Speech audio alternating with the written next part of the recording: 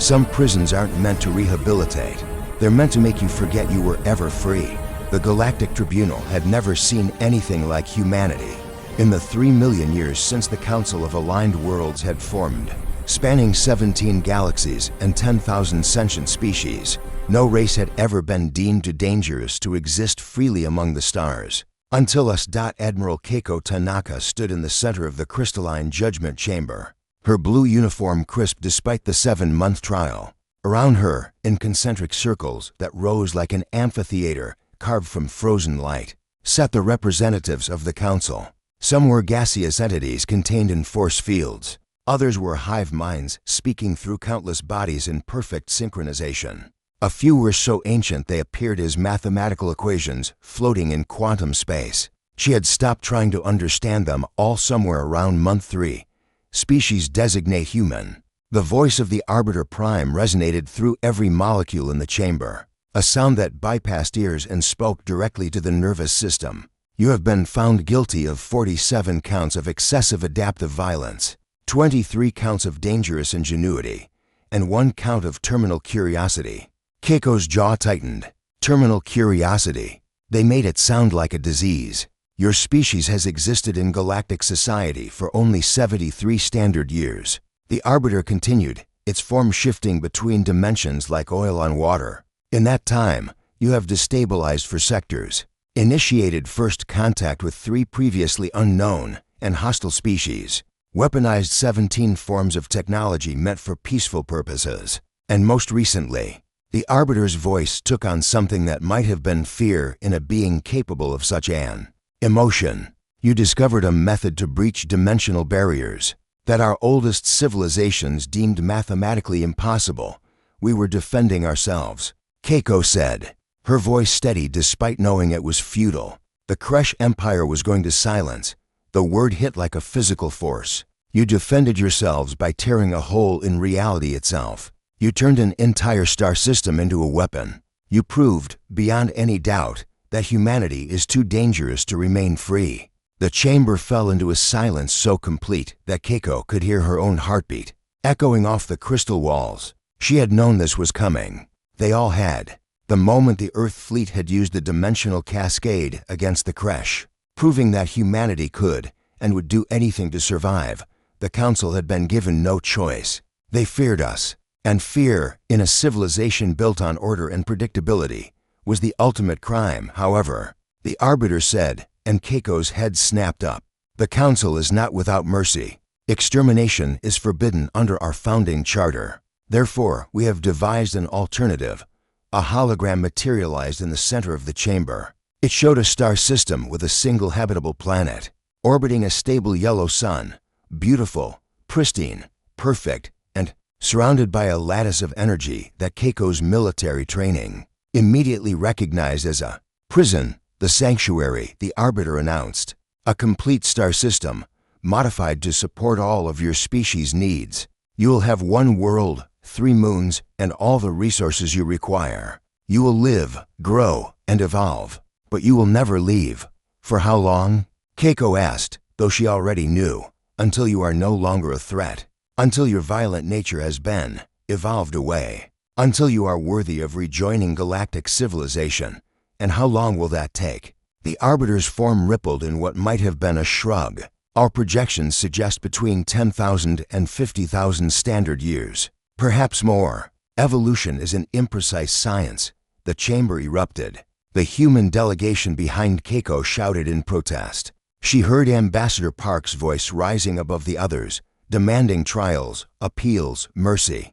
But Keiko just stood there, staring at the hologram of their gilded cage.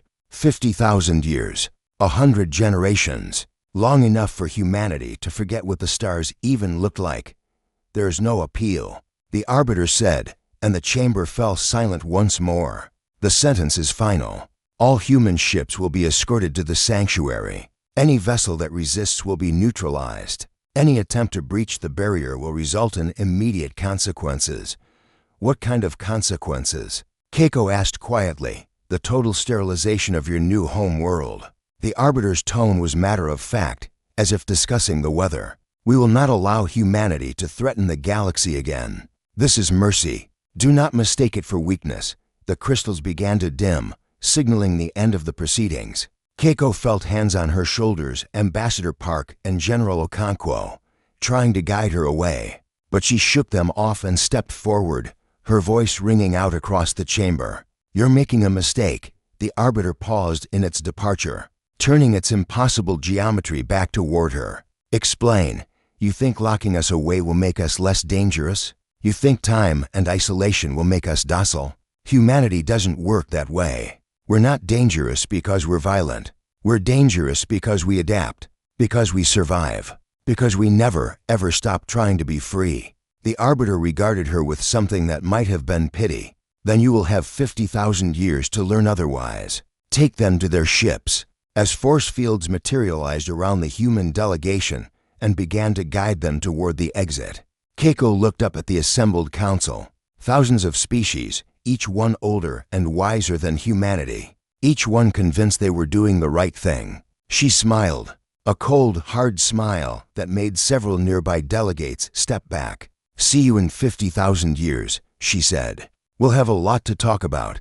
The sanctuary was everything they'd promised. Earth-like gravity, breathable atmosphere, oceans teeming with life that the Council had seeded from 1,000 different worlds. They'd even recreated Earth's biomes, forests, deserts, tundras, all perfectly balanced and maintained by automated systems buried deep beneath the planet's crust. It was paradise. It was hell. Dr. James Morrison stood on the observation deck of New Geneva Station, humanity's first orbital habitat in the sanctuary system, and stared at the barrier. From here, it was almost invisible, just a faint shimmer at the edge of the system, like heat waves on a summer road. Beautiful in its way, deadly in its purpose. Still there, Doc, said a voice behind him. He turned to find Captain Sarah Chen, great-great-granddaughter of the famous Admiral Chen who'd fought in the Crush War. She was young, early 20s, with the same fire in her eyes that all the history books said her ancestor had possessed. I know, James said. Just checking. It's been 112 years. It's not going anywhere. I know that too. She moved to stand beside him. Both of them reflected in the transparent aluminum viewport. Behind them, the station bustled with activity, scientists, engineers, families going about their daily lives. The generation ship protocols had worked perfectly. Humanity had adapted to their prison with the same efficiency. They'd adapted to every other challenge in their history. But adaptation wasn't the same as acceptance. My great-great-grandmother was there, you know, Sarah said quietly. At the trial, she was just a junior officer on Admiral Tanaka's staff, but she remembered everything. Used to tell us stories before she died. I've read the transcripts. The transcripts don't capture the rage.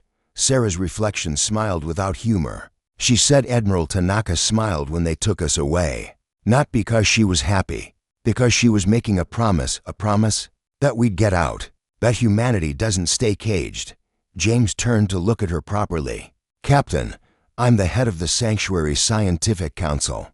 I've spent 40 years studying the barrier. I've thrown every theory, every technology, every desperate idea we have at it. It's impossible. The energy requirements alone would require us to convert the entire sun into. I'm not talking about breaking through it, Sarah interrupted. I'm talking about something else. Something the Council didn't think about when they locked us in here, which is, she gestured to the station around them. They gave us time, all the time in the world, and they gave us humanity's greatest weapon. What weapon? Boredom. James blinked. I'm sorry. Sarah's smile widened. Doc, what do humans do when they're bored? When they have nothing but time and a problem that everyone says is impossible? Understanding dawned. They tinker, they experiment, they try things just to see what happens. The Council locked us in here thinking we'd evolve into something peaceful, something tame.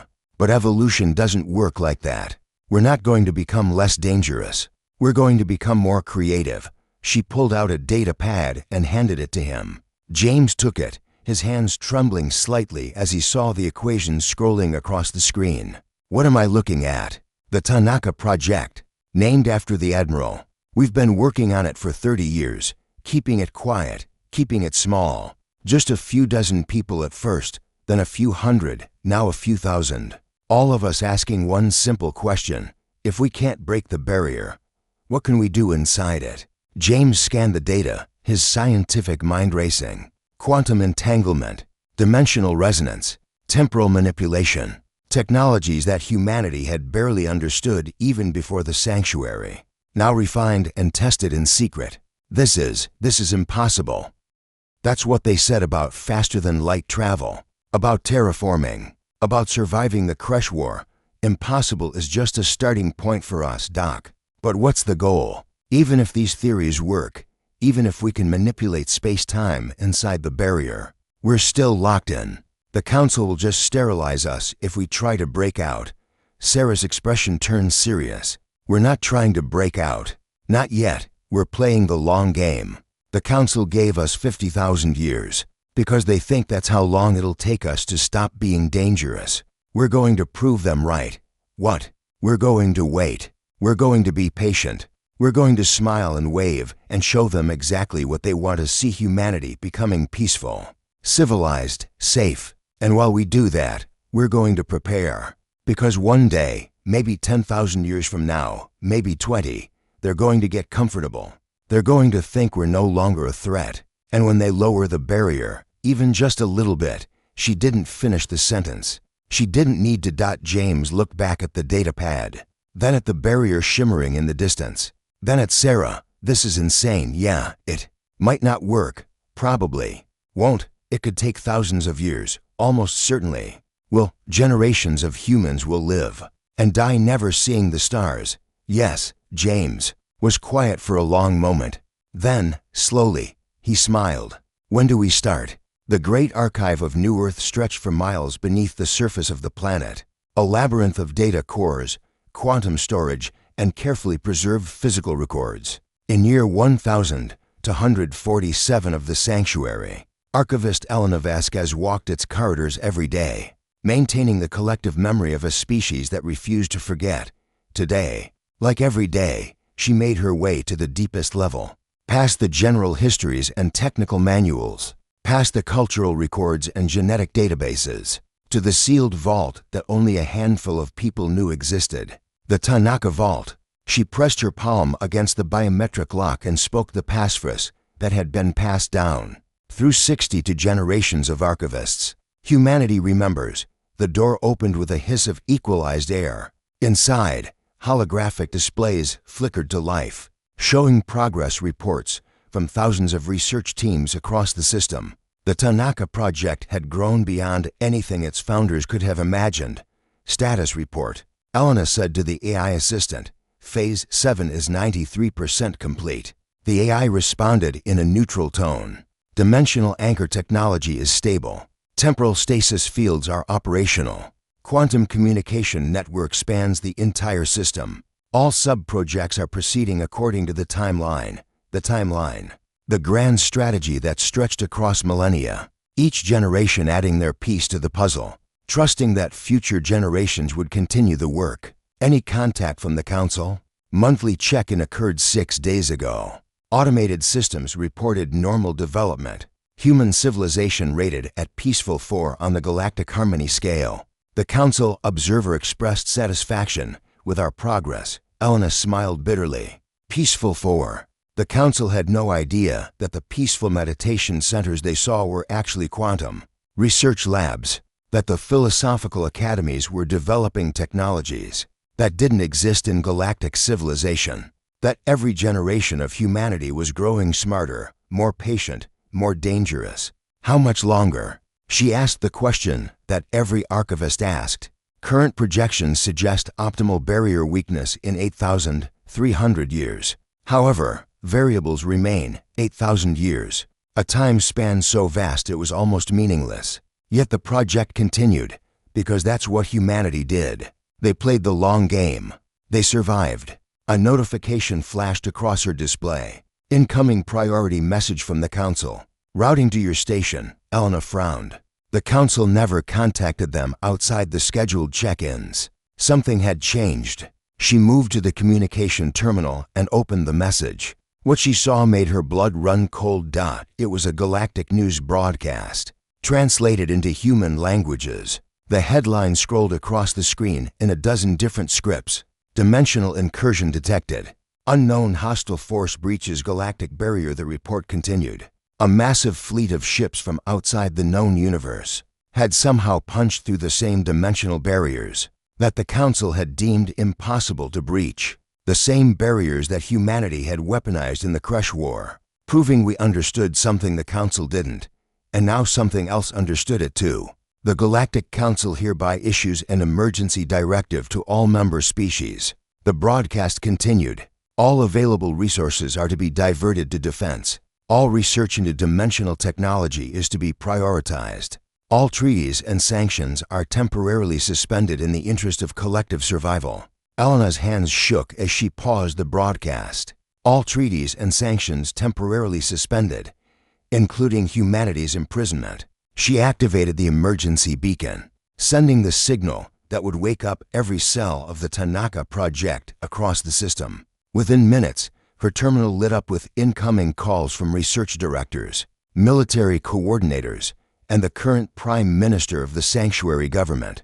But she ignored them all and activated one specific communication line, the one that connected to the current head of the Tanaka project, a position that had been passed down through the Chen family for 12 centuries. The hologram materialized. Admiral Marcus Chen, direct descendant of the legendary Sarah Chen, wearing the uniform of a military that had existed in secret for over 1,000 years. "You've seen the broadcast?" Elena asked.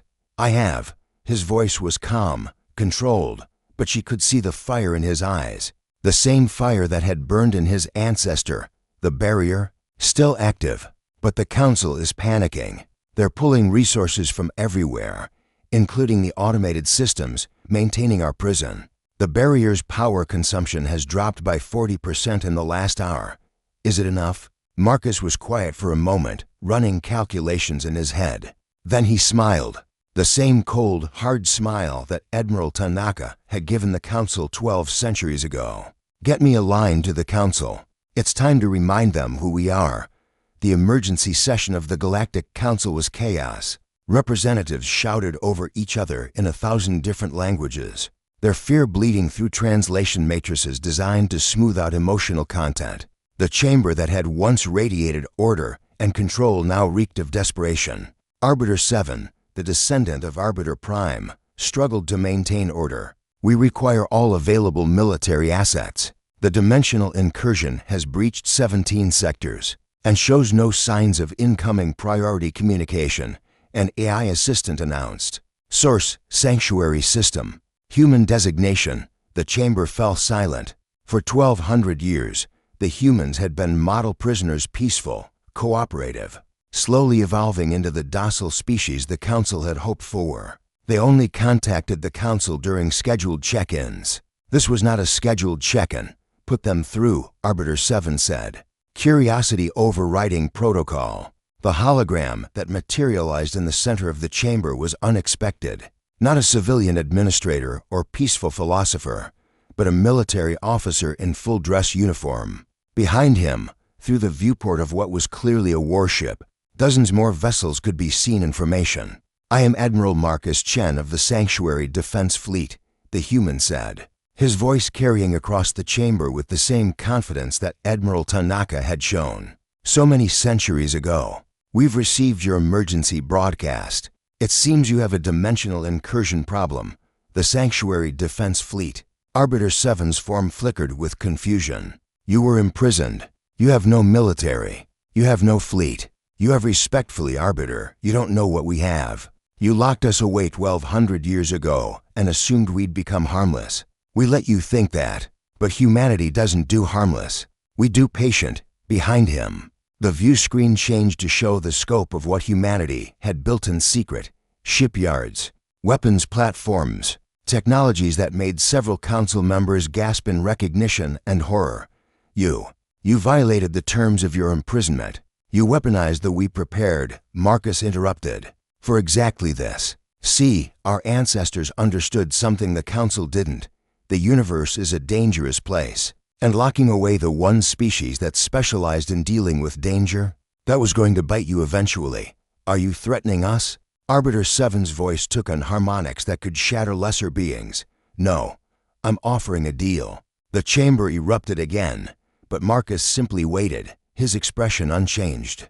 Finally, Arbiter 7 called for silence. "Explain. We know dimensional technology. We're the ones who figured out how to weaponize it in the first place.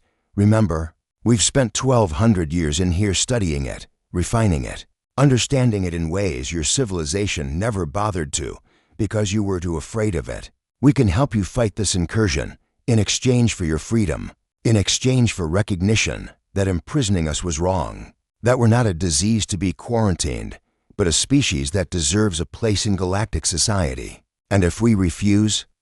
Marcus's smile was cold. "Then you fight this war without us. And when it's over, if you win, you'll still have the problem of explaining to your citizens why you let millions die rather than accept help from the one species that could have saved them. But honestly," he leaned forward, "I don't think you'll win without us." The Arbiter was silent for a long moment. Around the chamber, representatives whispered frantically among themselves. Fear warred with pride, pragmatism with prejudice. Finally, "What guarantee do we have that you won't simply resume your violent ways once released?" "None. You'll have to trust us. The same way we had to trust you when you said imprisonment was mercy instead of extermination. The same way we're trusting you now when we could just sit here, safe behind our barrier, and watch the galaxy burn. You would do that. Let billions die." Marcus's expression hardened. "In a heartbeat. You locked us away to protect yourselves from us. Well, congratulations. You're protected. The question is, are you protected from them?" He gestured to a tactical display showing the dimensional incursion. The hostile fleet was spreading like a cancer through Council space, overwhelming defenses that had stood for millions of years. The Arbiter looked at the display, then at Marcus, then at the assembled Council.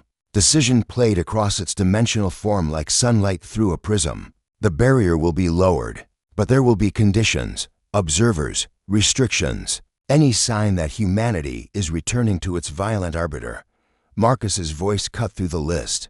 "We've been violent for our entire history. We're violent right now. We'll be violent tomorrow. That's not going to change. The question you need to ask isn't whether we're dangerous. It's whether you want that danger pointed at your enemies instead of sitting idle behind a wall." Another long silence. Then, reluctantly, agreed. "The sanctuary barrier will be deactivated. All human vessels will be already moving." Marcus gestured to his tactical display. "We started launching the moment the barrier dropped to 40% power. Should reach the incursion front in approximately 6 standard days. The barrier hasn't been deactivated yet. It will be, or it won't, and we'll break through it anyway. Your choice, but we're wasting time." Arbiter 7's form pulsed with what could only be rage. But underneath it, there was something else. Something that might have been relief. "Very well. The sanctuary system is hereby released from quarantine. Humanity is welcome back to galactic civilization." "Thank you." Marcus nodded respectfully. "One more thing." "What?" "When this is over, when we've saved your civilization from the consequences of locking away your best weapons, designers and warriors, we're going to have a long conversation about what happens to species that you deemed dangerous. Because we're not the only ones you've done this to, are we?" The Arbiter didn't answer. It didn't need to. Marcus's hologram flickered out, leaving the Council chamber in stunned silence. Through the viewports, they could see the first human warships dropping out of faster-than-light travel, their hulls bearing the symbols of a civilization that had been forged in captivity and emerged harder, smarter, and more determined than ever. Arbiter 7 turned to address the Council. "Prepare all forces. The humans are assisting us, and after?" asked a delegate. "When the incursion is repelled." The Arbiter's form shifted through several dimensions at once, the visual equivalent of a sigh. "Then we face a far more complicated problem, because we've just released humanity back into a galaxy that spent 1,200 years forgetting how to deal with them." Cliffhanger: the human fleet arrives at the front lines of the dimensional incursion, only to discover that the hostile force isn't random aliens, it's something that knows about humanity. Something that's been waiting for us to be freed, and it's been calling Earth's old name. The HSS Tanaka's Revenge dropped out of faster-than-light travel at the edge of the Theta Sector. And Admiral Marcus Chen immediately knew something was wrong. "Tactical, report," he commanded, his eyes scanning the holographic display that filled the bridge. Lieutenant Commander Sarah Park, no relation to the historical Ambassador Park, though she claimed distant ancestry, manipulated the controls with practiced efficiency. "Sir, the dimensional breach it's not what the Council described. It's not a tear or a rupture. It's a door. Explain. The energy signature is controlled, precise. Someone built this. Someone opened it deliberately from the other side." Marcus leaned forward in his command chair, studying the massive swirling vortex that hung in space like a wound-in reality. Through it, he could see ships emerging, hundreds of them, sleek and angular, their hulls covered in geometric patterns that hurt to look at directly. "Weapons signatures? That's the weird part, sir. They're armed heavily, but they haven't fired on any Council forces. They've just been pushing through, occupying territory, like they're searching for something. Casualties? 17,000 Council vessels destroyed, but only when they engaged first. The invaders seem to be avoiding combat where possible. They're making a beeline for—" She paused, double-checking her readings. "Sir, they're heading directly toward the sanctuary system." The bridge fell silent. Every officer turned to look at their admiral. Marcus felt ice slide down his spine. "They're coming for us?" "It appears so, sir. Open a channel. All frequencies. Let's see who we're dealing with." The communications officer worked for a moment, then nodded. "Channel open, sir. Broadcasting on all known wavelengths plus a few we invented in the sanctuary." Marcus stood, straightening his uniform. "Attention, unidentified vessels. This is Admiral Marcus Chen of the Sanctuary Defense Fleet, representing humanity. You have entered Galactic Council space and are engaged in hostile actions. Identify yourselves and state your intentions." For a long moment, there was only static. Then, slowly, a voice emerged from the speakers. It was human, distinctly, unmistakably human. But it was wrong. "Humanity," the voice said, and there was something like joy in it, something like hunger. "We thought you were dead. We thought they'd killed you all when they sealed the gate." Marcus exchanged glances with his officers. "Who is this? Identify yourself." "We are the Exodus Fleet, the Generation ships, the ones who left before the Council came, before the trial, before the sanctuary." A pause. "We are the ones who refused to stay." The bridge erupted in shocked whispers. Marcus raised a hand for silence, his mind racing. The Generation ships. He'd read about them in the historical archives, a fringe group that had rejected galactic civilization entirely, launching themselves into the void in slower-than-light colony ships. Before the Council's judgment came down, they'd been gone for over 1,300 years. The Exodus Fleet was declared lost. Marcus said carefully, "Your ships disappeared beyond the galactic rim. We assumed you assumed we died. We didn't die, Admiral. We found something. Or rather, something found us." The view screen flickered, and suddenly Marcus was looking at a face. Human, but changed. The eyes were wrong to bright, to aware, seeing in spectrums that human eyes weren't meant to perceive. The skin had a faint luminescence to it, as if lit from within. "My name is Captain Elizabeth Harding, commander of the Exodus Fleet, 12th generation removed from the original Captain Harding who left Earth behind. And I've come back to free our people from their prison." "We're already free," Marcus said. "The Council released us." Elizabeth's laugh was bitter. "Released you? Is that what you think happened? They panicked because we came back, and they needed their attack dogs off the leash. Don't mistake convenience for mercy, Admiral. What do you want?" "To show you what we found. To show you what humanity can become when we're not cowering before aliens who claim to be our betters. To show you why the Council was right to fear us." She gestured, and the view screen split. On one side was her face. On the other, Marcus felt his breath catch. It was a star system, but not like any he'd ever seen. The planets orbited in impossible formations, their movements guided by technology rather than gravity. Megastructures stretched between worlds' rings, spheres, lattices of energy and matter that dwarfed anything galactic civilization had ever built.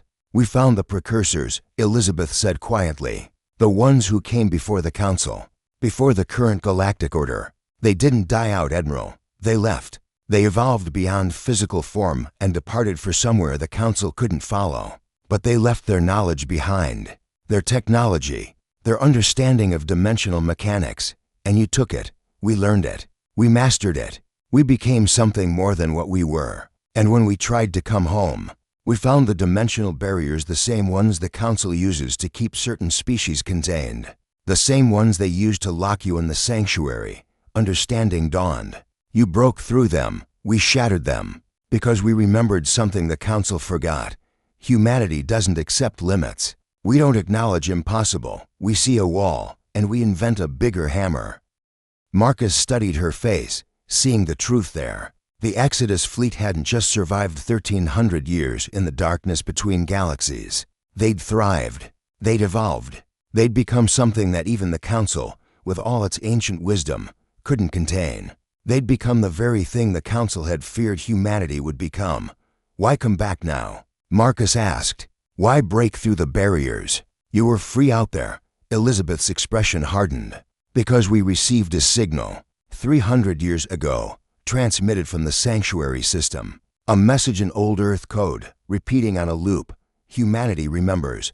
We tried to respond, but the Council's barriers blocked us. We tried to come through peacefully, but they opened fire. So we came through anyway. The Tanaka project, Marcus breathed. That message was part of the long-term communication protocols. We've been broadcasting it for centuries, hoping someone would hear. We heard, and we came.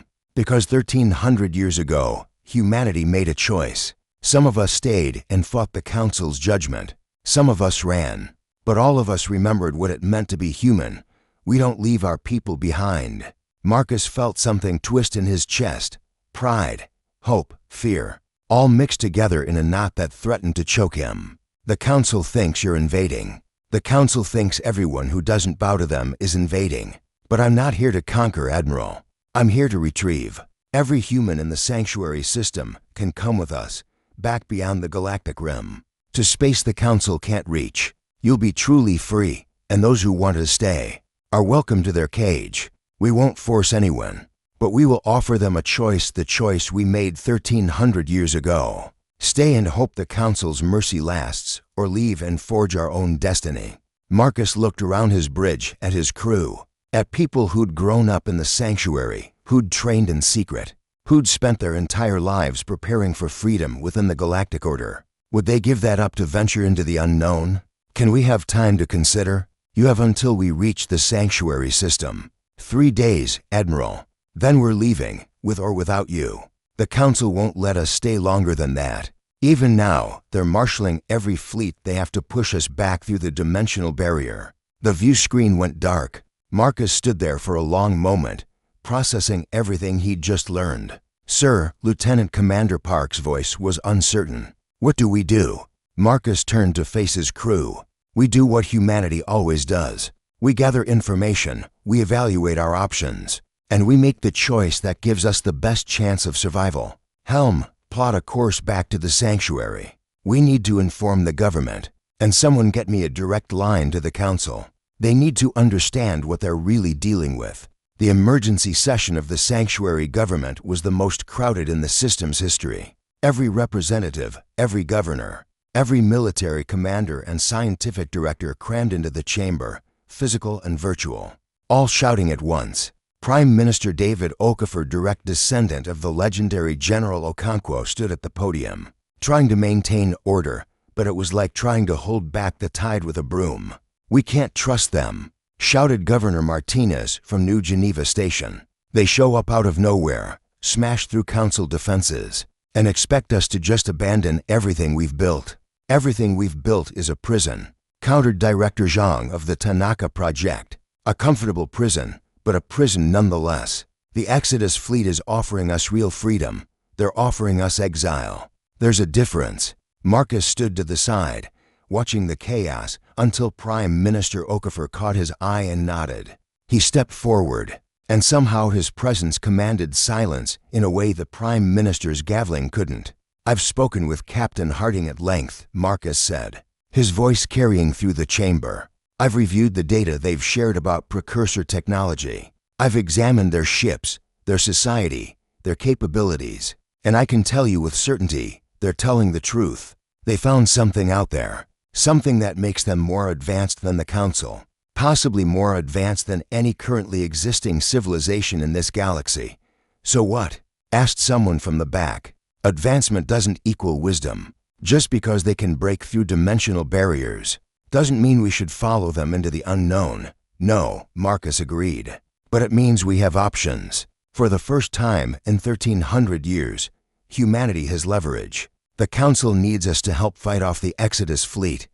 The Exodus fleet wants us to join them. Either way, we're no longer pawns. We're players, and if we choose wrong, Governor Martinez asked, if we go with the Exodus fleet and discover they're leading us into something worse, or if we stay with the Council and they decide to imprison us again once the crisis passes, then we adapt, Marcus said simply, like we always have. But I'll tell you what I think the real choice is. It's not between the Council and the Exodus. It's between accepting someone else's definition of humanity and defining ourselves. He activated the holographic display, showing two images. On one side, the sanctuary beautiful, peaceful, perfect in every way except the invisible cage that surrounded it. On the other, the Exodus fleet's territory wild, dangerous, unlimited. The Council locked us away because they feared what we'd become. The Exodus fleet left because they refused to be defined by that fear. Both paths have led to survival, but only one has led to freedom. Real freedom. The freedom to fail, to succeed, to make our own mistakes and claim our own victories. The chamber fell silent, every eye fixed on the display. I'm not saying everyone should go, Marcus continued. Some of us have lives here, families, roots that go down 12 centuries deep. That's valid. That's real. But some of us have always felt the cage, no matter how gold-plated it was. And for those people, the Exodus fleet represents something we thought we'd lost forever, the chance to choose our own path. Prime Minister Okafor stepped forward. A vote will be held. Every citizen of the sanctuary system will be allowed to decide for themselves. Stay with the Council or go with the Exodus fleet. We have 72 hours. The Council fleet arrived at the sanctuary system in force. 5,000 vessels, representing 30 different species, all armed with weapons designed to push back the dimensional incursion. They found the Exodus fleet waiting for them. Arrayed in a defensive formation round the sanctuary's former barrier now permanently deactivated. And between them, the sanctuary defense fleet, with Admiral Marcus Chen's flagship at the center.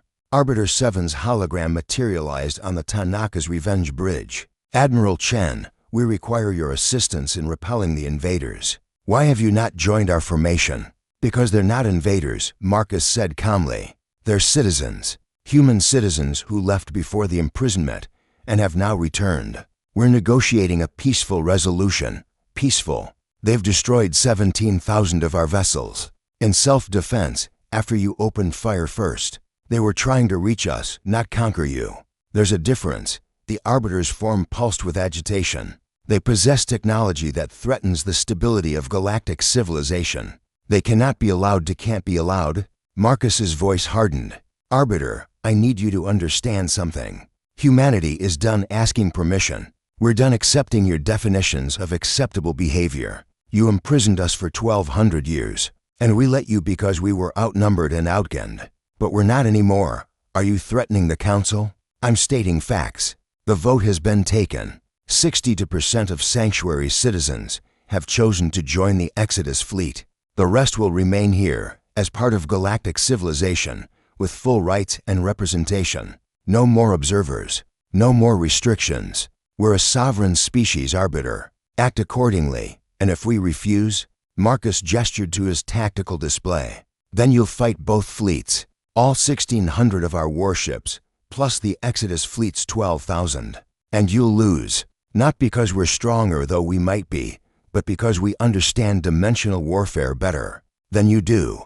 We've been studying it for 13 centuries while you were pretending it didn't exist. Captain Elizabeth Harding's hologram materialized beside Marcus. The Arbiter should also know that we've shared Precursor technology with the Sanctuary Defense Fleet.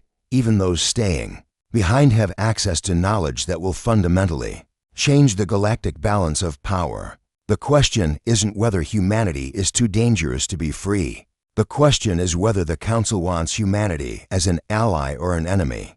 The Arbiter was silent for a long moment. Around the bridge, Marcus's crew held their breath. Finally, "What are your terms?"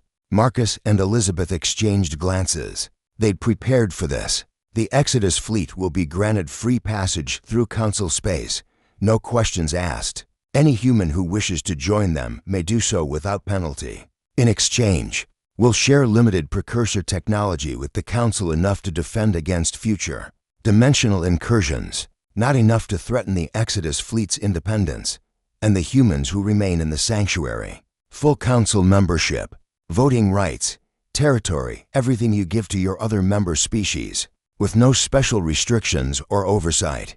We're done being treated as criminals. The Council will never agree to this. The Council, Elizabeth interjected, doesn't have a choice, because if you refuse, we'll simply start offering Precursor technology to other species, the ones you've marginalized, the ones you've deemed dangerous and locked away like you did to us. How many other prisons are out there, Arbiter? How many other species are waiting for someone to open the cage? The Arbiter's form flickered, the visual equivalent of a flinch. Marcus suppressed a smile. They'd hit a nerve. The Council had more than one sanctuary system scattered throughout the galaxies. He'd bet his career on it. This is unprecedented. Good, Marcus said. Humanity specializes in unprecedented. Get used to it. Another long silence. Then, I will present your terms to the Council. But this is not over. There will be consequences, there always are, Elizabeth said. But they'll be consequences we choose, not ones imposed on us. That's the difference. The hologram vanished. Marcus let out a breath he hadn't realized he'd been holding. Think they'll agree? Lieutenant Commander Park asked. They'll stall, negotiate, try to find loopholes, Marcus replied. But ultimately, yes, because the alternative is a war they can't win. And the Council has survived for 3 million years by being pragmatic above all else. And if they don't, Marcus's smile was cold. Then we remind them why they locked us away in the first place. The departure was scheduled for dawn, an arbitrary choice on a space station. But humans liked their symbolism. Marcus stood in the observation deck of New Geneva Station, watching as the Exodus fleet prepared to leave. Hundreds of human ships were joining them, filled with families who decided to take the leap into the unknown. Having second thoughts, a voice asked behind him. He turned to find Prime Minister Okafor, looking older than his 60 years. The weight of choosing between the Council and the Exodus had aged him considerably. About staying. No, about letting them go. Every minute, you could still join them. Marcus shook his head. My place is here. Someone needs to make sure the Council keeps their word. Someone needs to represent humanity in galactic civilization. Besides, he smiled, someone needs to stay behind and build more ships. Just in case, Okafor laughed, a sound of pure relief. Always planning the next move. Always. They stood together in comfortable silence, watching as the Exodus fleet began to move. The ships were beautiful, sleek, and strange, incorporating Precursor designs that made them look almost alive. Do you think they'll make it? Okafor asked. Out there, beyond the rim, they're human. They'll adapt. And us? Here in the Council, we'll adapt too. Just differently. Marcus turned to face the Prime Minister. We got what we wanted, David. Freedom, recognition, a place at the table. Now we have to prove we deserve it. By being peaceful, by being useful, by being smart, by showing the Council that we're more valuable as allies than as prisoners. He paused. And by being ready, just in case they forget. On the view screen, the Exodus fleet was forming up. Elizabeth Harding's flagship, the HSS Exodus Prime, took point. Marcus had spoken with her one final time before she'd transferred back to her ship. Come with us, she'd offered. You've spent your whole life preparing for freedom. Now's your chance to actually experience it. I am free, he'd replied, just in a different way. You're choosing to leave the galaxy. I'm choosing to stay and change it. Both are valid forms of freedom. She'd smiled at that. Your ancestor, Admiral Tanaka, would be proud. She promised we'd get out. We did. She promised we'd have a lot to talk about when we did. We will. Just not in the way she expected. That's humanity for you, always exceeding expectations. Now, watching the Exodus fleet engage their faster-than-light drives, Marcus felt a pang of something that might have been loss, or might have been hope. With humanity, it was often hard to tell the difference. The ships vanished in flashes of light, heading for the dimensional barrier, the one the Council had once used to keep everyone in, now being used by humans to go beyond. They're really gone, Okafor whispered. For now. But they'll be back, someday, when we need them, or they need us. That's how family works. Even family separated by dimensional barriers and 1,300 years of history. Especially that kind of family. The Council thought imprisoning us would make us less dangerous. They were half right. We became less unpredictable. We learned patience. We learned planning. We learned to think in centuries instead of years. They should have been more careful what they wished for. Admiral Sarah Chen, the fourth great-great-great-granddaughter of the legendary Captain Sarah Chen, who'd started the Tanaka project, stood before the Galactic Council chamber as the first human ever invited to address them as an equal. 50 years had passed since the Exodus crisis, and the chamber was different now. Humanity had a Section 50 representatives, more than any species except the founding members. Beside them sat the representatives of 7 other species that humanity had helped liberate from their own sanctuary systems. The Council had protested, of course, but they'd learned to be pragmatic. Honored members of the Council, Sarah began, her voice carrying the same confidence her ancestors had possessed. 50 years ago, you released humanity from imprisonment. You did so reluctantly, only because you needed us. But in those 50 years, something remarkable happened. We didn't destroy galactic civilization. We didn't wage war on our former captors. We didn't prove your fears correct. She paused, letting that sink in.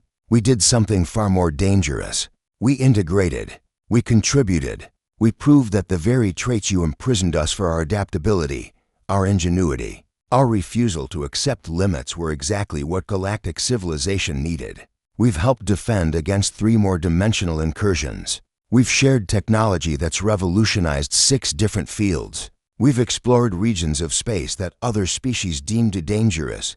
Round the chamber, representatives shifted, some with pride, others with discomfort. But more importantly, Sarah continued, we've shown other species what's possible. We've become the example that you can be dangerous and still be trusted, that you can be violent and still be peaceful, that you can refuse to accept limits and still respect boundaries. She gestured to the 7 species sitting with the human delegation.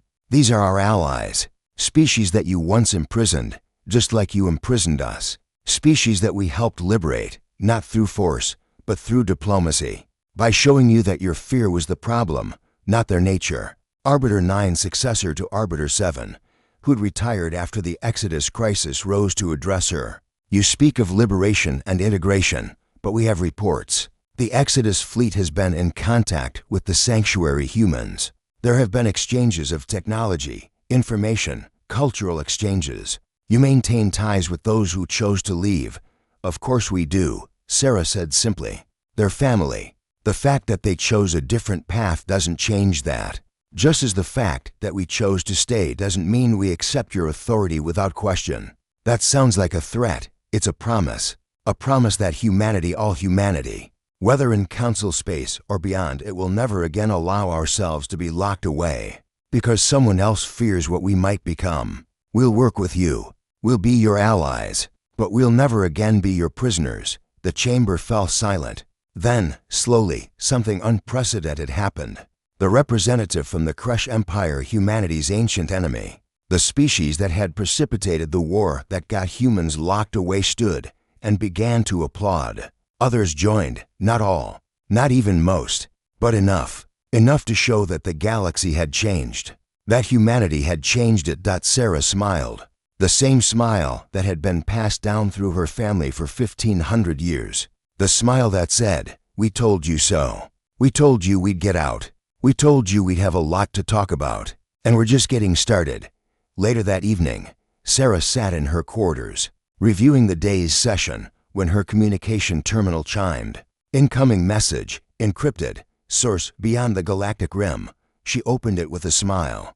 Elizabeth Harding's face appeared, though this Elizabeth was the fifth of that name, just as Sarah was the fourth of hers. Some families kept traditions. I watched your speech, Elizabeth said without preamble. Nice work. Very diplomatic. Someone has to be. You're out there doing the wild frontier thing. We're in here playing politics. Both are important. Both are human. Agreed. How are things out there? Elizabeth's smile widened. We found something. Another precursor cache. This one has information about the old empire, the one that existed before the Council, before any of the current galactic powers. Sarah, they were human. Sarah felt her breath catch. What? Not exactly human, but close. Close enough that the genetic markers match. The precursors weren't some alien super race. They were us, or our ancestors, or we're not sure yet. But the implications, that humanity has been out here before, that we left, evolved, and came back, exactly. Which means the Council didn't just imprison a dangerous species. They imprisoned the descendants of the civilization that built the very technology they used to maintain order. Sarah leaned back, processing this. We can't tell them. Not yet, agreed. But someday, when we're ready, when we've gathered enough evidence to be sure. What do you think it means? If we're really descended from the precursors? Elizabeth was quiet for a moment. I think it means the Council was right to fear us. Because we're not some upstart species that got lucky. We're the return of something ancient. Something that left because it outgrew the galaxy, and came back because she trailed off. Because humans always come home, Sarah finished. No matter how far we wander. Exactly. They smiled at each other across the impossible distance, to branches of the same family tree, separated by dimensional barriers, but connected by something deeper. Keep digging, Sarah said. Find out who we really are, where we really came from. And when you know, I'll tell you, and together we'll figure out what it means. For us, for the Council, for humanity's place in the galaxy, or beyond it, or beyond it. Elizabeth agreed that the transmission ended. Sarah sat in the darkness of her quarters, looking out at the stars. Somewhere out there, beyond the rim, the Exodus fleet was discovering humanity's past. And here, in Council space, she was helping to build humanity's future. Both paths were valid. Both were necessary. Both were human. She thought of Admiral Tanaka, standing in the Council chamber 1500 years ago, smiling as they sentenced humanity to imprisonment. She'd made a promise that day. See you in 50,000 years. We'll have a lot to talk about. They'd gotten out in a fraction of that time. But Tanaka had been right about one thing. They definitely had a lot to talk about. And they were just getting started. The greatest prisons aren't made of walls. They're made of fear of what we might do, who we might become, how we might change the world if left unchecked. But here's the thing about caging something dangerous.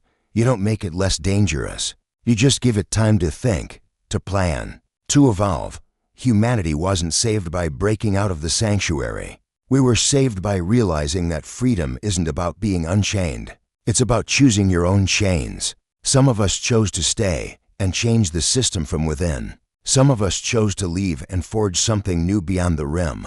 But all of us chose. And that choice, that fundamental, inalienable choice, is what makes us human. The Council thought 50,000 years would tame us. They were wrong. You can't tame something that was never meant to be domesticated. You can only teach it patience. And patience, as it turns out, is the most dangerous thing you can give a species that never stops trying to be free.